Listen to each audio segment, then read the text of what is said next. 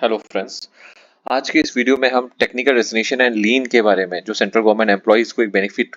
मिलता है उसके बारे में एक्सप्लेन करेंगे। टेक्निकल रेजिग्नेशन क्या होता है, टेक्निकल रेजिग्नेशन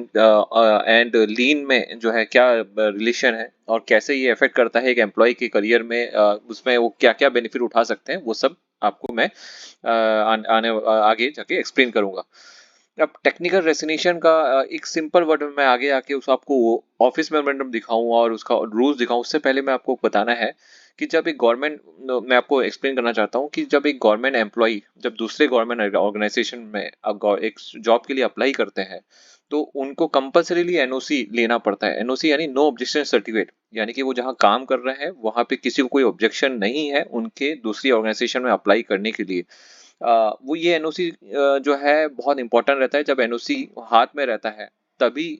जो है एम्प्लॉय को वहाँ अगले ऑर्गेनाइजेशन में उन्हें इंटरव्यू फेस करने के लिए या उनको रिटन टेस्ट में बैठने के लिए या उनकी एलिजिबिलिटी जो है सेलेक्ट होने पे उनकी ज्वाइनिंग के लिए जो है हेल्प करता है जो है। अब टेक्निकल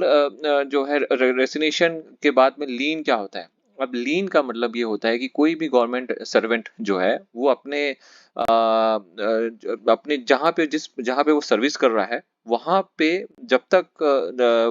वहां पे उसकी जॉब सिक्योर तब तक रहेगी जब तक कि दूसरी जगह ऑर्गेनाइजेशन में वो परमानेंट नहीं हो जाता, तो उसे कहते हैं लीन जो है। आगे मैं और अच्छे से उसको एक्सप्लेन करूंगा क्या रहता है जो है। अब इसके में एक ऑफिस मेमोरेंडम में टेक्निकल रेजिग्नेशन लीन के बारे में एक कंसोलिडेटेड इंस्ट्रक्शंस है जो है, जो 24 नवंबर 2022 का जो डीओपीटी का ओएम है, department of personal and training का जो ऑफिस मेमोरेंडम है, उसमें टेक्निकल रेजिग्नेशन एंड लीन के बारे में और भी अच्छे से जो है एक्सप्लेन किया जा रहा है इन डिटेल्स में जो है। ध्यान रखिएगा डीओपीटी का ओएम डेटेड 24 नवंबर 2022 में इसके बारे में एक्सप्लेन किया जा रहा है। अब टेक्निकल रेजिग्नेशन जो है जब में एक मिनिस्ट्री ऑफ फाइनेंस का ओवम 17 जून 1965 में भी इसके बारे में बताया गया था, जिसमें कहा गया था कि the resignation is treated as technical formality where a government servant had applied through proper channel for a post in the same or other government organization। इसका मतलब ये रहता है कि जब भी एक गवर्नमेंट एम्प्लॉय रेजिग्नेशन देगा तो उसे टेक्निकल रेजिग्नेशन माना जाएगा, टेक्निकल फॉर्मेलिटी माना जाएगा जब वो अप्लाई किया है थ्रू प्रॉपर चैनल, यानी जो मैंने आपको ऊपर समझाया था एनओसी लेके जब अप्लाई किया है, या सेकेंड ऑप्शन में उसने अपना एप्लीकेशन जो जॉब एप्लीकेशन है दूसरी जगह जो अप्लाई कर रहा है उसे वहां उसने फॉरवर्ड कराया हो जो है, मतलब अपने जहां वो काम कर रहा है वहां पे वो नए ऑर्गेनाइजेशन के जॉब एप्लीकेशन को फिलअप करके जो है उसने अप्लाई किया हो जो है, उसी उसी को जो है टेक्निकल रेजिग्नेशन कहा जाता है। तो इस टाइप की अगर उसने एनओसी लेके अप्लाई किया हो या फिर अपना जॉब एप्लीकेशन को अपने जहां वो सर्विस कर रहे हैं वहां पे सबमिट करके उनकी तरफ से फॉरवर्ड कराए हो, तो उसे जो है दैट काइंड ऑफ उसके बाद उसका सिलेक्शन होने पे उस टाइप की रेजिग्नेशन को कहा जाता है टेक्निकल रेजिग्नेशन जो है। ये है तो उसके बाद if this conditions are met even the government permission has not, अब अपन में जब उसका वो सिलेक्शन हो जाता है वो अपने रेजिग्नेशन में टेक्निकल का वर्ड यूज नहीं करता तो भी वो जो है टेक्निकल रेजिग्नेशन कहलाता है जो है, दैट विल इवन ऑफ उसने मेंशन नहीं किया है तो है। तो अगर उसने एनओसी लेके अप्लाई किया हो या उसने फॉरवर्ड किया हो अपने एप्लीकेशन को अपने ऑर्गेनाइजेशन जहां से वर्क कर रहा है और उस केस में वो रिसाइन करता है तो उसे टेक्निकल रेजिग्नेशन माना जाता है। इवन इफ वो अपने रेजिग्नेशन में टेक्निकल वर्ड यूज नहीं कर रहा हो देन ऑल्सो उसको टेक्निकल रेजिग्नेशन माना जाएगा। तो टेक्निकल रेजिग्नेशन का एक बेनिफिट ये है कि मान लो वो एक ऑर्गेनाइजेशन 5 इयर्स या 7 इयर्स या 2 इयर्स 3 इयर्स जितना भी सारा काम किया हो तो उसकी जो पास सर्विस है, यानी उस बेनिफिट में उसको उसकी जो ग्रेचुटी इकट्ठा हुई, उसकी जो ईएल इकट्ठा हुई, उसकी जो हाफ पे लीव यानी जो कम्यूटर लीव उसका जो बैलेंस उसका जो एक्यूमुलेट हुआ वो सब कैरी फॉरवर्ड हो जाएगा जो है। तो क्या बोलते हैं, इसलिए बेनिफिट ऑफ पास्ट सर्विसेज जो है वो कैरी फॉरवर्ड हो जाएगा जो है। अब रेसिग्नेशन जो है अदर केसेस में resignation in other cases including where government authority has not allowed the government servant to forward application to proper channel will not be treated as technical resignation. जहां पे एनओसी नहीं लिया गया या application forward नहीं लिया गया है उसको टेक्निकल जो है रेसिग्नेशन जो है नहीं कहा जाएगा। यानी कि जब तक आप एनओसी लेके अप्लाई ना कर रहे हो, जब तक आप एप्लीकेशन फॉरवर्ड नहीं करा रहा हो, किसी हालत में उसके उसकी इस सिचुएशन के अलावा किसी हालत में नॉर्मल सिचुएशन में उसे टेक्निकल रेजिस्ट्रेशन नहीं कहलाया जाएगा जो है। और आपकी जो पास सर्विसेज है, यानी कि आपकी जो ईएल इकट्ठा है, आपकी जो लीव्स इकट्ठा है और आपकी जो ग्रेचुइटी इकट्ठा है, वो कभी भी आगे कैरी फॉरवर्ड नहीं दिया जाएगा जो है। तो टेक्निकल रेजिस्ट्रेशन में मेजर जो कंपोनेंट है वो या तो एनओसी लेना है, नो ऑब्जेक्शन सर्टिफिकेट जो है वो लेना है। सेकेंड केस में अगर ये नहीं ले सकते तो और इस जो है आपकी एप्लीकेशन को फॉरवर्ड कराना है, जॉब एप्लीकेशन जो है उसको, जॉब एप्लीकेशन को फॉरवर्ड करानी है। तो ये दोनों केस में आपका ऑर्गेनाइजेशन फॉरवर्ड इसलिए करेगा, यानी उसको जहां आप अप्लाई कर रहे हो वहां पे फॉरवर्ड तभी करेगा जब उनको कोई उसमें ऑब्जेक्शन नहीं है। तो इस दोनों सिनेरियो में, ये 1 ये 2 के सिनेरियो में जो है आप रेजिग्नेशन देने पे, जब सिलेक्शन होने पे रेजिग्नेशन देने पे जो है वो ऑटोमेटिक टेक्निकल रेजिग्नेशन कहा जाता है, आपकी पास सर्विसेज सब कैरी फॉरवर्ड होकर आगे जाएगी जो है। तो अब 2.2 में जो है, this benefit is also admissible to government servant who applied before joining the government service and on that account the application was not routed to proper channel. This benefit is also applicable to government servant who applied before joining the government service. अच्छा, जब मान लो कि एक employ एक government organisation join करने से पहले वो कहीं दूसरे गवर्नमेंट ऑर्गेनाइजेशन अप्लाई करता है और ज्वाइनिंग के बाद में वो जो है अपने अपने ऑफिस में इंटीमेट करता है, यानी इन्फॉर्म करता है कि मैंने यहाँ ज्वाइन करने से पहले ये 2 या 3 जगह मैंने जॉब के लिए अब गवर्नमेंट ऑर्गेनाइजेशन में अप्लाई किया है जो है। और वो तुरंत ज्वाइनिंग के साथ में ही एप्लीकेशन देखो इन्फॉर्म करता है अब सारी डिटेल्स के बारे में कि मैं ये 2 या 3 या 5 जगह अप्लाई किया हूँ, तो उस केस में भी उसे टेक्निकल रेजिग्नेशन माना जाएगा। क्योंकि मान लो ज्वाइनिंग के बाद में 5-6 महीने बाद वो जहाँ पहले अप्लाई जो ज्वाइनिंग से पहले अप्लाई किया था वहां से उसको इंटरव्यू के लिए या टेस्ट के लिए कॉल आता है, तो उस केस में उसका सिलेक्शन हो जाने पे उसे भी टेक्निकल रेजिग्नेशन माना जाएगा जो है। तो जो है government servant at the time of resignation should specifically make a request indicating that he is resigning to take up the appointment under the government for which he has applied before the joining the government service करके। और he should also inform in details of such applications immediately at the time of joining। और उसके बाद वो resign करेगा तो उसको बताना है कि मैं यहाँ पहले अप्लाई करके गया था और मैं दूसरे गवर्नमेंट ऑर्गेनाइजेशन में जा रहा हूँ जिसके बारे में पहले ही इन्फॉर्म किया था। The authority accepting the resignation should satisfy itself that the employee have been in on service on the date of application for the post mentioned by the employee. His application would have been forwarded through proper channel. जो है जो जहाँ पे वो work कर रहा है उनको ये एक सेटिस्फेक्शन रहना चाहिए कि अगर मान लो जिस दिन वो अप्लाई कर रहा है उस दिन अगर वो जॉब में रहता तो उसे उसकी जो है एप्लीकेशन फॉरवर्ड किया जाता जो है। तो उस केस में टेक्निकल रेजिग्नेशन कहना जाएगा। देखिए इतनी इसमें कॉम्प्लेक्सिटी में है, लेकिन इसमें कंफ्यूज होना नहीं है। मैं जो यहाँ पे आपको जो लिखा हूँ ये 1 and 2 जो है, ये 1 and 2 इसको ध्यान रखना है। मेजर सिनेरियो में ऐसे ही रहता है कि जब कोई अप्लाई करता है तो उसे एनओसी या फिर अपना एप्लीकेशन फॉरवर्ड कराना रहता है। मान लो कोई नया जब गवर्नमेंट जॉब में आता है, उस केस में जो है उस केस में उसको उसने अप्लाई किया हो मान लो कहीं जो है, उस केस में उसने पहले जहाँ जहाँ अप्लाई किया है उसे सिर्फ इन्फॉर्म करना है जो है, इंटीमेट करना है। और उसके बाद अगर उसका सिलेक्शन हो जाता है वो रिसाइन करता है तो उस केस में उसे टेक्निकल रेजिग्नेशन कहा जाता है। अब ऐसे ही जब वो एम्प्लॉय रिसाइन करता है तो उसकी उसकी उसकी लीव जो है कैरी फॉरवर्ड होता है। ये 2.2 में एक्सप्लेन किया गया क्या क्या कैरी फॉरवर्ड होता है। अब जो कैरी फॉरवर्ड होता है वो है इसमें कि in terms of rule 9(2) of CCS leave rule, technical resignations shall not result in the lapse of leave to the credit of the government servant. The balance of unutilized childcare leave as well as other leaves of the kind and due admissible will be carried forward. तो जैसे मैंने कहा था कि उसकी जो leave है वो लैप्स नहीं होगा जो है। मान लो वो 5 साल काम किया, आप जानते हैं 30 डेज इन ईयर ईएल मिलता है और उसने 5 डेज में उसका 5 ईयर्स में जो है उनका 150 जो है ईएल एक्यूमुलेट होके रखा है। उस केस में जो है वो लीव वो जो ईएल है वो लैप्स नहीं हो जाएगा, बल्कि वो पूरा 150 डेज का जो अमाउंट है वो पूरा अमाउंट कैरी फॉरवर्ड हो जाएगा। उसके अलावा अब लेडीज के केस में चाइल्ड के लीव है तो वो और जो भी बाकी जेंट्स के केस में जो भी other kinds of leave admission वो सब भी कैरी फॉरवर्ड हो जाएगा, जैसा कि मैंने समझाया था। In case of permanent absorption in autonomous bodies, state governments, PSUs, the government servant shall be granted cash equivalent of lease salary in respect of EL and HQLAT's credit subject to the overall limit of 300 days। जो है, तो जो भी उसके पास EL HQL balance है वो सारे के सारे आगे फॉरवर्ड कर दिया जाएगा। इसको पढ़ने से ऐसा लगता है कि the government servant shall be granted, यानी कि एम्प्लॉय को दिया जाएगा, बट क्योंकि हेडिंग में कैरी फॉरवर्ड का मेन एम आ गया तो उसका ये मतलब ये रहता है इनडायरेक्टली कि वो उससे उसके ऑर्गेनाइजेशन में कैरी फॉरवर्ड कर दिया जाता है और subject to the overall limit of 300 days. अब इसको इस पॉइंट को लेकर काफी जगह है एम्प्लॉइज डिमांड करते हैं कि उनको दिया जाए, क्योंकि यहाँ गवर्नमेंट सर्वेंट वाला वर्ड यूज हो चुका है। काफी गवर्नमेंट ऑर्गेनाइजेशन जो है वो दे भी देते हैं एम्प्लॉय को, बट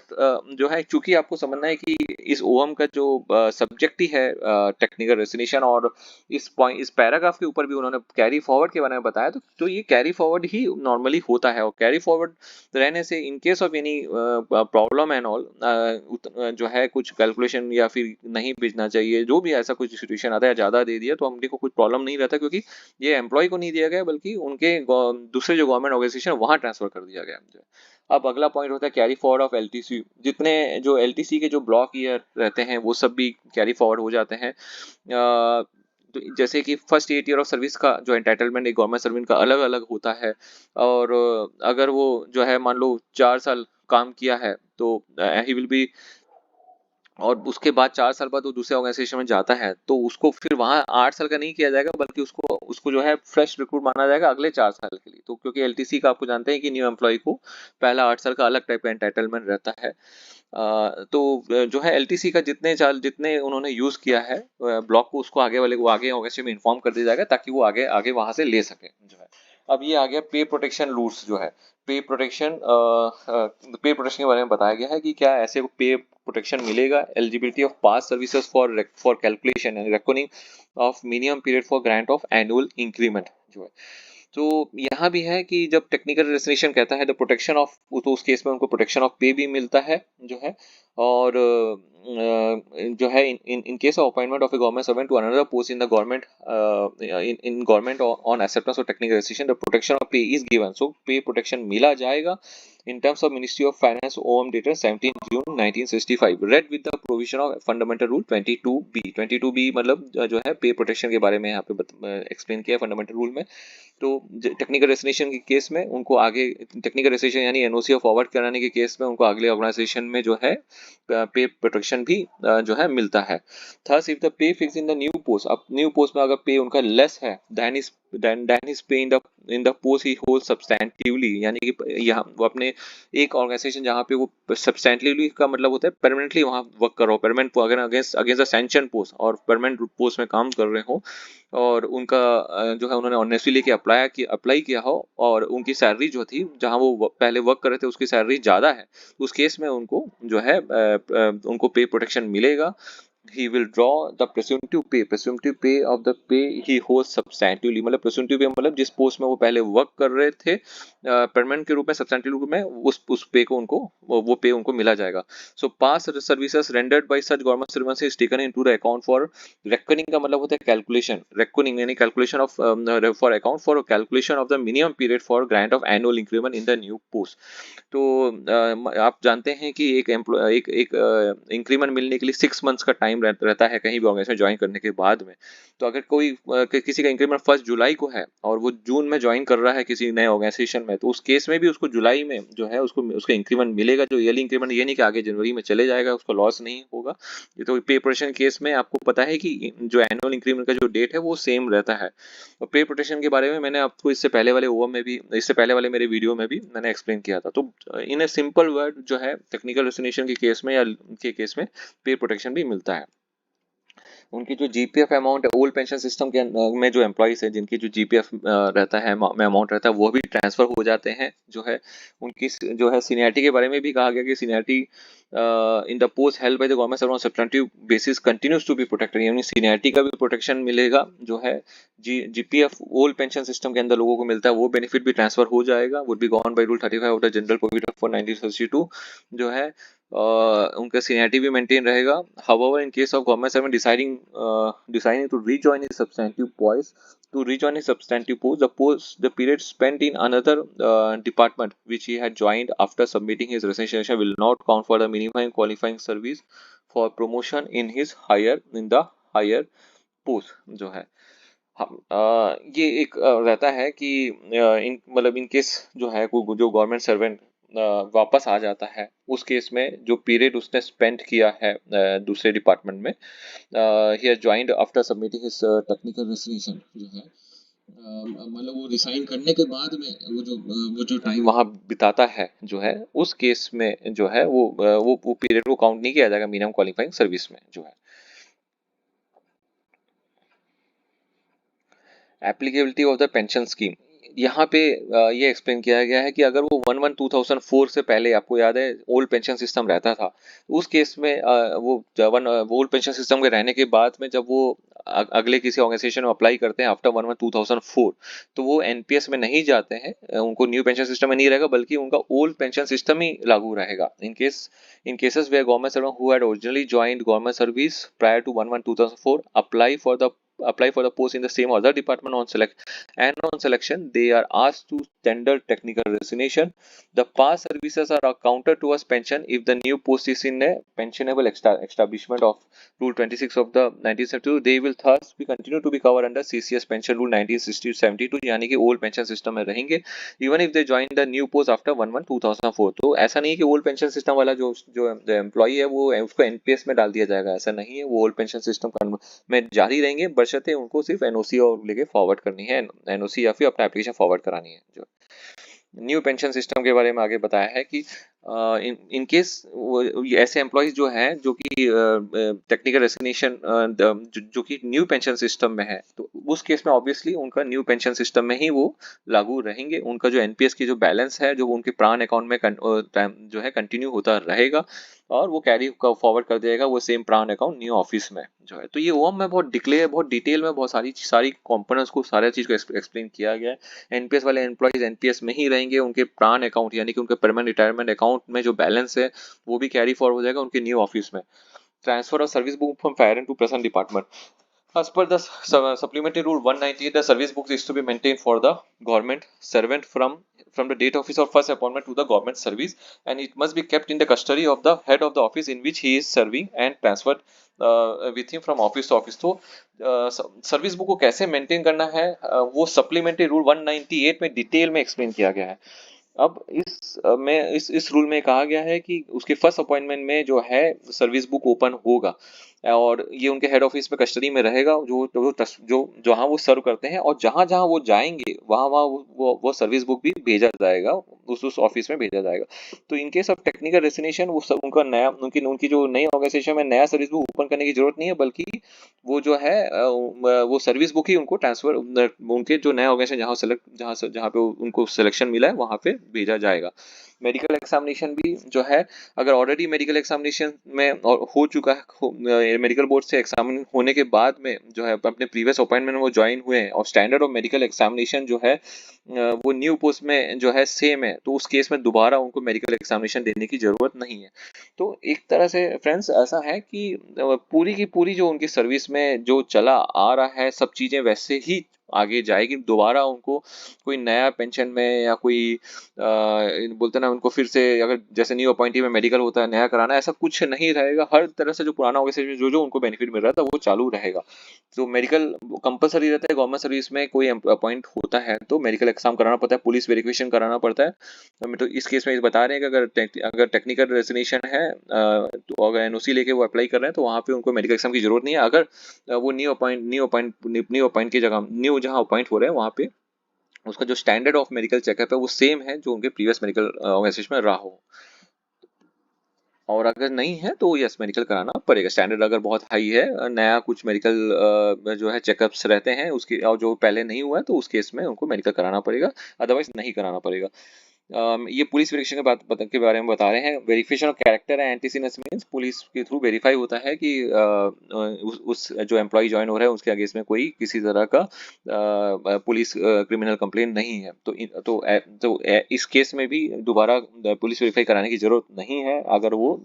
एनओसी लेके फॉरवर्ड करते हैं और उन्हें पहले से उनकी जगह में अप्लाई पहले से उन्होंने पुलिस वेरिफिकेशन हो चुका हो। In the case of a person who was originally employed in an office of the central government, if the period intervening between the date of discharge from his previous office and the date of securing new appointment is less than a year, यानी मतलब उनके gap नहीं हुआ है, continue चल रहा है, मतलब 1 साल के ऊपर गैप नहीं हुआ है दूसरे ऑर्गेनाइजेशन में ज्वाइन करने के लिए, तो it would be sufficient if the appointing authority before making the appointment satisfies itself by a reference to the office in which the candidate was previously employed, that the office have verified his character and antecedents, and b his conduct while in the employment in that office did not render him unsuitable for employment under government. It is however more than a year has lapsed, अगर 1 साल के ऊपर हो गया, gap हो गया, मान लो किसी रीजन से उसके एक ऑर्गेनाइजेशन से दूसरे ऑर्गेनाइजेशन में ज्वाइन करने में after discharge from the previous office, उस केस में verification should be dated carried out in full afresh, मतलब फिर से उनको जो है वेरिफिकेशन, उनका पुलिस वेरिफिकेशन के लिए उनको भेजा जाएगा। मोटा सिंपल टर्म्स में यह है कि एक गवर्नमेंट एम्प्लॉय का दूसरे गवर्नमेंट ऑर्गेनाइजेशन में, एक गवर्नमेंट ऑर्गेनाइजेशन दूसरे गवर्नमेंट ऑर्गेनाइजेशन जोड़ने में अगर 1 साल के नीचे का समय है, तो उस केस में उनको पुलिस वेरिफिकेशन कराने की जरूरत नहीं है। वो उनके प्रीवियस ऑर्गेनाइजेशन से जो है ये एक सर्टिफिकेट लेने से हो जाता है कि वो उनके कैरेक्टर और एंटीसीडेंट्स वेरीफाई हो चुके हैं करके। या सेकंड केस में, और जो है अगर क्या बोलते हैं, और दूसरे केस में उनके जो है उन्हें अगर उनको किसी तरह का न्यू एम्प्लॉयमेंट के लिए अनसुटेबल नहीं पाया गया है करके उसके उनके जो कंडक्ट में, तो ये काफी रहेगा जो है। अब एक फ्रेंड्स आ जाते हैं लीन के बारे में, जो ऊपर हेडिंग में जो है मेरे इस वीडियो के जो कैप्शन में जो है फोटो में था, टेक्निकल एसेंशियल लीन। अब लीन क्या होता है? लीन का मतलब होता है कि it's a right of a government servant to hold a regular post whether permanent और temporarily either immediately or on the termination of the period of the absence. The benefit of having a lien in a post service cadre is enjoyed by all employees who are confirmed in the post service cadre of the entry or who have been promoted to a higher post declared as having been completed on the provision where it is prescribed. It is also available to those who have been promoted on regular basis to a higher post where no probation is prescribed under the rules as the case may be. The above right will, however, be subject to the condition that the junior most person in the cadre will be liable to be reverted to the lower cadre, lower cadre, if at any time the number of persons so entitled is more than the post available in that cadre service. लीन का मतलब यही रहता है कि एक government employ, आप हम सब जानते हैं कि जब कोई गवर्नमेंट एम्प्लॉय कहीं अपॉइंट होता है तो वहां पे प्रोबेशन रहता है, 1 साल का या 2 साल का प्रोबेशन पीरियड रहता है। अब देर आर चांसेस कि 1 साल या 2 साल के प्रोबेशन में अगर उसका जो है कंडक्ट, उसका जो परफॉर्मेंस है अगर अच्छा ना हो तो उसको एक्सटेंड किया जाता है, और इनकेस एक्सटेंड होने के बाद भी उसका परफॉर्मेंस जो है इंप्रूव नहीं हो रहा हो तो देर आर चांसेस कि उसकी सर्विसेज को जो है 1 मंथ के नोटिस में टर्मिनेट भी किया जा सकता है। अब ऐसे केस में जहाँ पे एक एम्प्लॉय ऑलरेडी एक जगह में कंफर्म हो चुका है, प्रोबेशन खत्म होने कंफर्म हो गया, वो होने के बाद में वो जब दूसरी गवर्नमेंट ऑर्गेनाइजेशन अप्लाई करता है, जहाँ पे वो फिर जाता है एनओसी लेके अप्लाई करता है और फिर वो वहाँ जाके ज्वाइन होके वहाँ पे प्रोबेशन में रहता है, तो उस केस में वहाँ 1 साल का जो प्रोबेशन या 2 साल के प्रोबेशन में अगर वो किसी रीजन से वो परमानेंट नहीं हो पाता, उसकी सर्विस टर्मिनेट हो जाती है, तो उस केस में उसका जो पहले जो ऑर्गेनाइजेशन है वहाँ पे जहाँ पे वो परमानेंट था वहाँ पे उसकी जॉब सिक्योर रहेगी, वो वापस वहाँ रीज्वाइन कर सकता है जो है, और उसकी जॉब नहीं जाएगी। तो एक तरह का एक प्रोटेक्शन दिया गया है गवर्नमेंट एम्प्लॉय को जो है, जो परमानेंट है, कि वो अपने जो पुराने पोस्ट को जो है में ज्वाइन कर सकें, ताकि विदाउट मतलब किसी तरह से जॉबलेस ना हो जाए वो किसी रीजन से जो है। तो ये है लीन का मतलब। A government servant who has acquired a lien on a post retains a lien on that post while performing the duties of that post while on foreign service and holding a temporary post और officiating in another post. Foreign service means ये नहीं कि foreign country में जाके job करे, foreign service मतलब एक government organisation से दूसरे गवर्नमेंट ऑर्गेनाइजेशन में जाता है तो उसे फॉरेन सर्विस कहा जाता है जो है। ये इसका जो मैं समरी जो मैं बताया वही है कि एक बार एक गवर्नमेंट एम्प्लॉय परमानेंट हो जाता है तो उस केस में उसका लीन जो है रहता है, जो है मतलब उसका जॉब वहां पे सिक्योर रहता है जब तक वो दूसरी जगह में कंफर्म ना हो जाए। जैसे दूसरी जगह में उसका प्रोबेशन क्लियर होकर कंफर्म हो जाता है तो उसकी पेरेंट ऑर्गेनाइजेशन में उसकी जो जॉब है वो लीन खत्म हो जाती है, बल्कि अब वो नया जगह जहाँ पे वो कंफर्म हो गया वहां पे उसकी लीन चालू हो जाती है जो है। तो ये है फ्रेंड्स। अब अगले आगे इसमें बढ़ते हैं।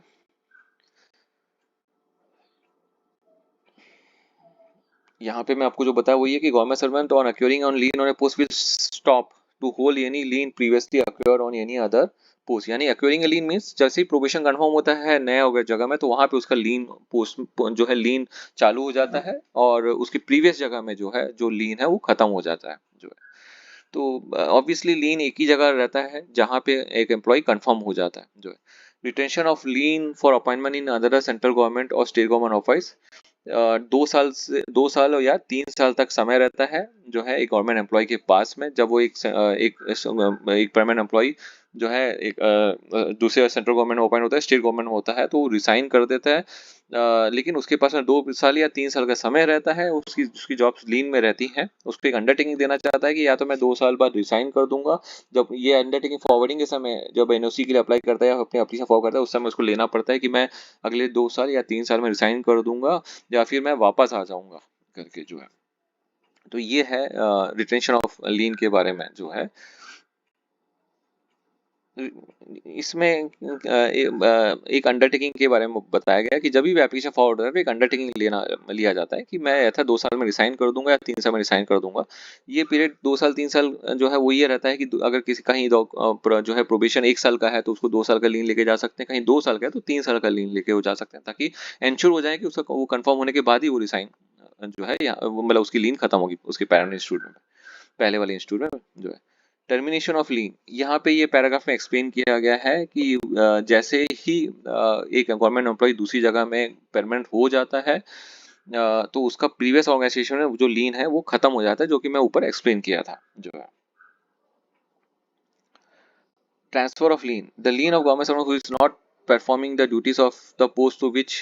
the lien pertains can be transferred to another post in the same career subject to the position of fundamental rule 15। देखिए ये लीन का मतलब वही रहता है कि एक हर हालत में एक किसी एक ऑर्गेनाइजेशन या तो प्रीवियस ऑर्गेनाइजेशन में जो है उसका उसका जॉब सिक्योर रहेगा, या दूसरे नया ऑर्गेनाइजेशन जहाँ गया वहाँ पे कंफर्म होते ही वहाँ का प्रोविजन खत्म होकर कंफर्म होते ही उसका लीन जो है चालू हो जाता है। Joining time and joining time पे एंड ट्रैवलिंग अलाउंस सब मिलता है जो है।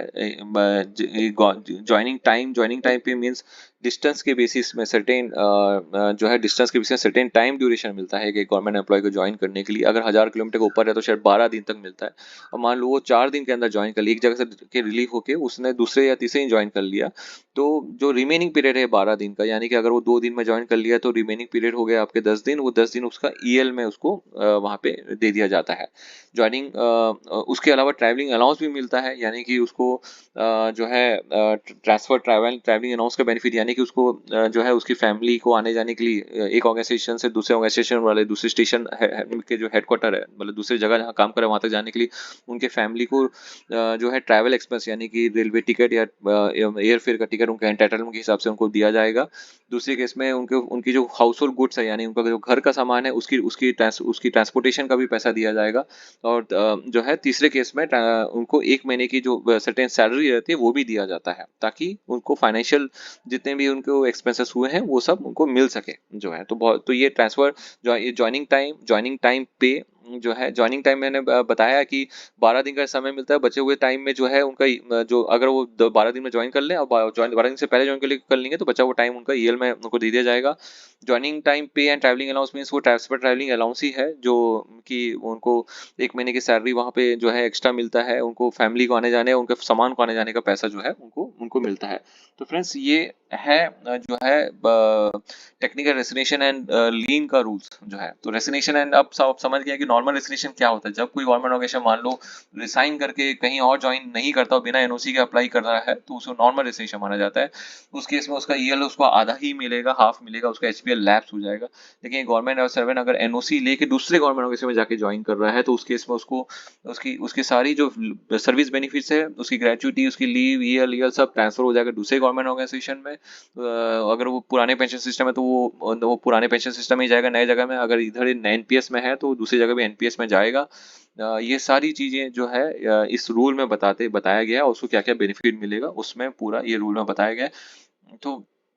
फ्रेंड्स कुछ कुछ चीजें हैं जो और भी है, जैसे कि लीन में जब कोई एम्प्लॉय जाता है तो उसको अपनी सैलरी जो नए जगह में जो सैलरी जो है उस सैलरी का उसको सर्टेन अमाउंट जो है 11% जो है ऐसे लीव सैलरी कंट्रीब्यूशन देना पड़ता है। तो ये कुछ कुछ चीजें हैं जो आगे और गवर्नमेंट ऑर्गेनाइजेशन और रूल्स में आपको पता चलेगा, उसे बोलते हैं leave salary contribution. Leave salary contribution जो है इवन डेपुटेशन में भी कोई जा रहा है तो उस केस में बोराइंग ऑर्गेनाइजेशन यानी कि जहां वो जा रहे हैं उस ऑर्गेनाइजेशन में वाले लोग ये पैसे भेजते हैं। और अगर लीन में जा रहा है तो उसको उसको एम्प्लॉय को भेजना पड़ता है 11% ऑफ द पे। इसमें डीए नहीं रहता है, 11% ऑफ द पे। मान लो पे 80,000 है तो उसका 11% जो है उसको देना पड़ेगा जो है। या पे 1 लाख है तो उसका 11% यानी 11,000 देना पड़ेगा। तो यानी कि जो भी पे, अगर मान लो 20,000 पे है तो 20,000 का 11% देना पड़ेगा, जो कि 2200 रुपये। तो ये जो पे है वो एम्प्लॉय जो है, employ most of the cases में एम्प्लॉय ही देता है, एम्प्लॉय को देना पड़ता है। कभी किसी किसी के केसेस में वो जो जो इंस्टीट्यूट जहाँ पे वो ज्वाइन किया वो लोग भी देते हैं सेकंड केस में। और जो है जो ऑर्गेनाइजेशन जहाँ वो ज्वाइन किए न्यू ऑर्गेनाइजेशन वाले वो भेजते हैं। तो ये 11% आपको कहाँ भेजना पड़ेगा? 11% जो है, ये 11% आपको आपके जो प्रीवियस ऑर्गेनाइजेशन जहाँ आप कम काम कर रहे थे वहां पे भेजना पड़ेगा। कब कब तक भेजना पड़ेगा? ये लीन के केस में, जितने टाइम आपका लीन रहेगा जो है, मतलब कि आप लीन में गए हैं 1 साल के लिए, मान लो 1 साल तक, जब तक आप नए जगह कंफर्म नहीं हो जाते तब तक आपको ये 11% भेजना पड़ेगा। अभी रिसेंट के न्यू हुआ में जो है ये 11% में थोड़े से कुछ डायरेक्शंस हुए हैं, ज्यादा फर्क नहीं, लेकिन जो है थोड़े से एक बेनिफिट दिया। अगर अगर एम्प्लॉय जो है वो खुद अपने तरफ से वो पैसा दे रहा है तो थोड़ा सा कम मिल रहा है। मतलब 11, वो कैलकुलेशन में हमने देखा कि 11% के बदले मोटा मोटी एक थोड़ा 5-10% उसको कम देना पड़ेगा इस अमाउंट का जो है, लेकिन वो उतना हाँ देना पड़ता है। और या फिर उसका उसका पुराना ऑफिस, उसको नए ऑफिस में भी वाले उसको क्योंकि एम्प्लॉय को अट्रैक्ट और रिटेन रखने के लिए अगर वो खुद पे कर रहे हैं तो उसको वो 11% उनको प्रीवियस ऑर्गेनाइजेशन में जो है भेजते रहना पड़ेगा। ये लीव सारी कंट्रीब्यूशन बहुत इंपॉर्टेंट है। सेकेंड केस में एक प्रूफ देना पड़ता है ड्यूरिंग द टाइम ऑफ लीन। वो प्रूफ कि उनके एनपीएस में जो भी पैसा है वो हर महीने जमा हो रहा है जो है, जो कि 10% जो है डायरेक्शन हो रहा है, एंड 14% जो है वो उनकी न्यू इंस्टीट्यूट न्यू ऑर्गेनाइजेशन को एज पर अभी जो नया रूल है वो ऐड करता है अपनी तरफ से, इंस्टीट्यूट उसमें एडिशन करते हैं एनपीएस में हर महीना, तो उसकी प्रूफ देना पड़ता है। तो ये जो 11% है वो एम्प्लॉय हर मंथ दे सकता है, या वो नए जो